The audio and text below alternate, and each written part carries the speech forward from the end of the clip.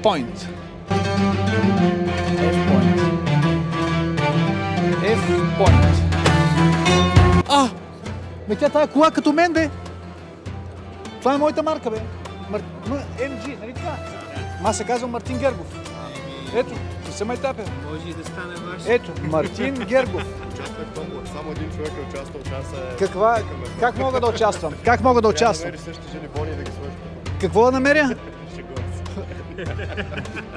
Ма не зашегувайте, значи. Мен так взе да ми харесва. Ти си приготвил сума тук вече.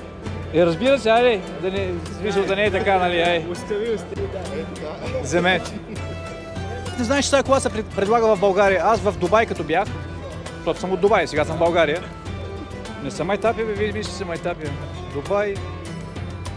Си взех MG, гледам, там ги вкараха за първи път. Червена обаче не беше тази, беше не знам какъв модел. Не се майтапия, мога да покажа видео, се хванем на бас. Ако покажа видео и се хванем на бас, какво ще направим?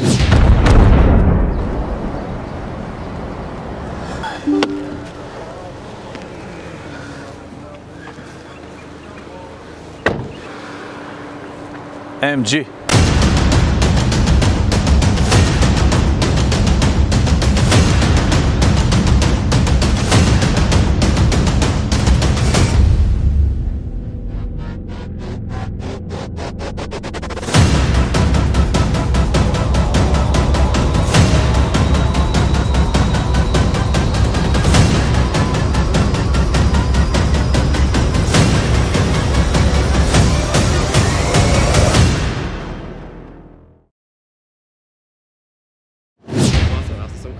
Добре.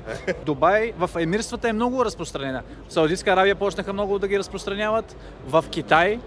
Затова в България не бяха. Станции в Дубай вече. Колегата отговорен за региона.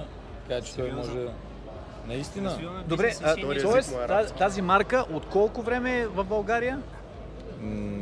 Нашето беше първото MG4, което вкарахме преди 2 години. Преди 2 години? Да. И някой, ако иска си вземе MG, може да си вземе от вас? Точно така. Яко. Колко струва тази кола? Около $100,000. $100,000? Да. Добре, цената не е ли малко така висока, $100,000? Не, за Дубай особено въобще. Не, говорим за България. Става въпрос, че за повечето хора MG не е много позната марка. Това е спортен автомобил. Все пак говорим за Roadster, който е 4x4. Така е, но става просто, нали, не е много позната. Тя е английска марка ли беше, доколкото си спомням? На времето е била, сега е китайска. Сега е китайска. Да, както всичко останало. Да, се прави в Китай, да, точно така си спомням, че като се взима кола, пише произведена в Китай. Да. И тази е мощна, защото аз, когато взех тази, не знам кой модел беше супер спортна, обаче като натисних и не ще да върви. Няма база за сравнение с някакви дори европейски автомобили. И е $100,000. Това е, уважаеми зрители, значи $100,000, готина кола, MG. Това е електрически модел ли? Да, изцяло на ток.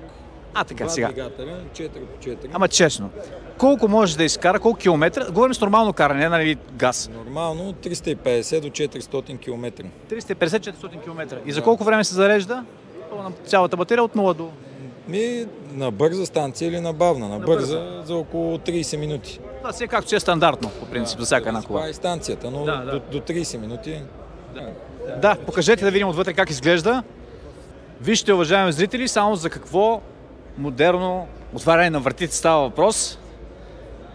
Мога да седна вътре да видя как е. Значи, ето това е вече, какво да кажа, без коментар.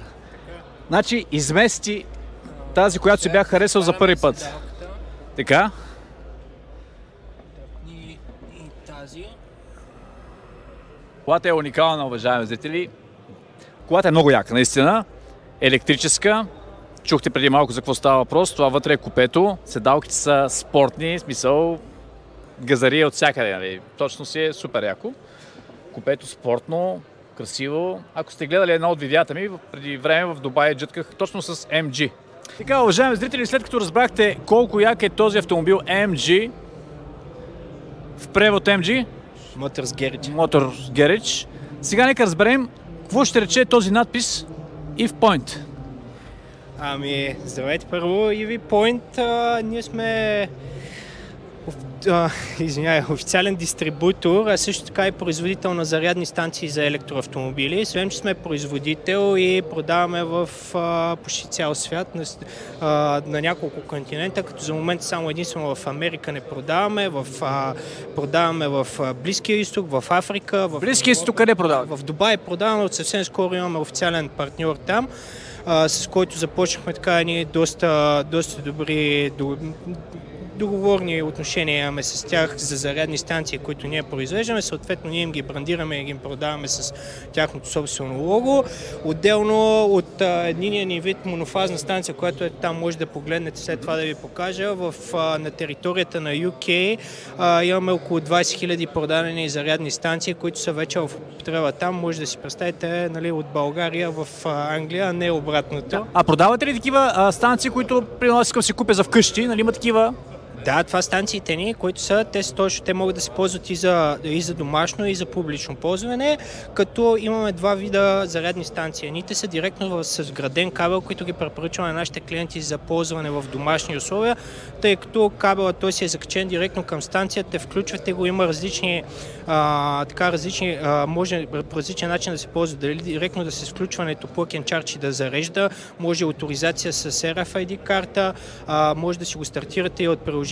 Имаме безплатно мобилно приложение на EV Point, сега ще ви го покажа и него, където може да си добавите, ето го тук, само да зареди, ето го EV Point, малко бавно ми зарежда телефона, защото вече сме тук, освен вашата станция, освен вашата зарядна станция, тук показва всички публични зарядни станции, които имаме ние. Това е за България, а в цял свят? Ами вижте, ние имаме тези, които са публични, ние имаме на територията на Румъния и на Гърция също такива станции, също такива точки. Отделно в България всяка една станция, примерно вие си взимате домашна станция вкъщи, в приложението си я маркирате като домашна станция и оттам може да си я настройвате чрез това приложение. Тоест зарядните станции са умни, смарт са зарядните станции. Ако искате, мога да ви покажа и моделите. Съответно пък, казах ви, ние сме и вносител и дистрибутор на някои от най-големите производители на зарядни станции. Ето това са Energy Kick, австрийска марка, една от най-добрите мобилни зарядни станции, като тя има различни изходи за... Така, за първи път, като ползвах зарядна кола, и ми стана странно, едни са сини, другите червени, каква е разликата? Ами ето, вижте, той се пише. Това е 32 ампера, 5 пина, 22 кВт, т.е. зарежда трифазно до 22 кВт. Тя е самата станция. т.е. те са едните бързи, другите бавни. 22 кВт пак е променлив ток. Да. Това е 16 ампера, 5 пина, 11 кВт. Тоест, всяка една кола има бордово зарядно, през което променливият ток, бордовото зарядно го превръща, го вкарва в батерията и го прави прав. Да. Нали, най-общо казвам, всяко едно електронно устройство е по този начин, дори мобилният телефон става през зарядното това нещо. И тук вече с каква мощност максимум всеки един адаптер може да зарежда. Ето този, примерно, е монофазен, 32 ампера, 3 пина или 7,4, което е максимум за монофазно зареждане. 3,7 и това вече е към нормалния домашен контакт, наречен Шоко. Добре, за домашния контакт. Така. За колко време може да се зареди този автомобил, да кажем? Батерията е долу-горе на 0. Зависи, честно ти кажа, не знам тази точно колко е батерията. Долу-горе? Ами, вижте, той ще зарежда максимум с 3,7 кВт. Ако речем, че една батерия е 66 ампера за около 22 часа. 22 часа. И това смятали ли сте колко струва като ток? Като цена за България?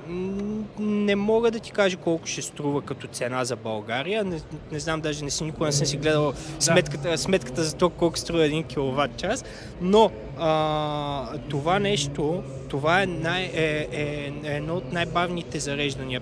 Ние на нашите клиенти със сигурност им препоръчваме да зареждат или с 7,4, или с 22 кВт, или с 11 кВт.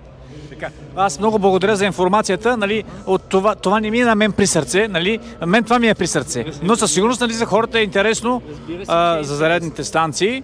Ево, че имат и в Дубай. И да потвърдим. Значи този автомобил MG спортен, MG модела, как се казва точно? Чакай да видим, Cybertruck Cybertruck, мисля, че беше. Така. Cybertruck, да. Цената му беше $100,000, Около $100,000 около $100,000 и с едно зареждане долу-горе изкарва колко километра? Около 350-400. Около 350-400 км, все пак зависи как.